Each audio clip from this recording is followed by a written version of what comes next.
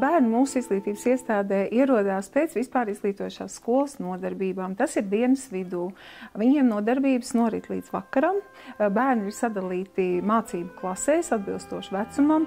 Ir izglītības programma, kas ir izglītības programma katrā mācību priekšmetā. Tā kā patvaļ šeit nenotiek, bet viss izglītība ir bāzēta uz pamatlietām.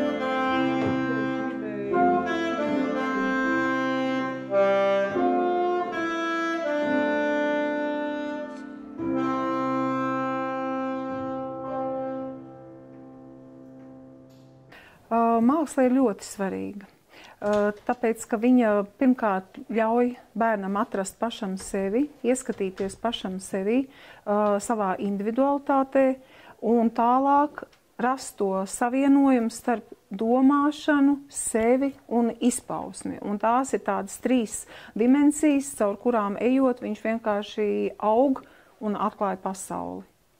Gomers, tas tā droši. Slavies tās, uz to tev no vecākiem ir.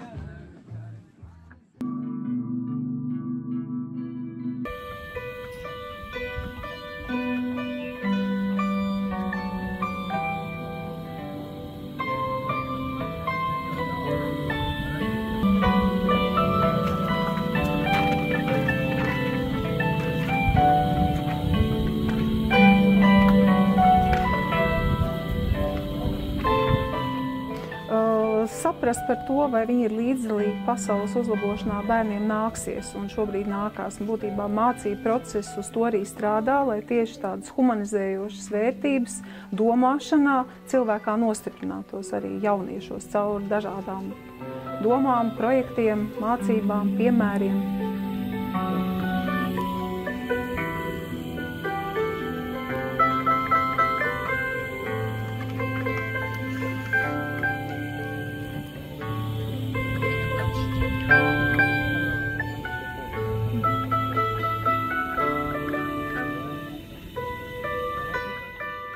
Mūsu skolas audzēkņi strādāja uz 3 ANO mērķiem, kas ir saistīti ar izglītību pamatā, kas ir superaktuāli, jo tā ir visa nākotne. Strādāja uz dabu, tātad dabas saglabāšana, ar pietāti lietošana, nespekulēšana un ar sadarbību. Ja, jo tas ir cilvēcības, draudzības pamatā. Tie bija mūsu iespējās šajā bērnu vecumā, mūsuprāt, arī ļoti svarīgi apziņa.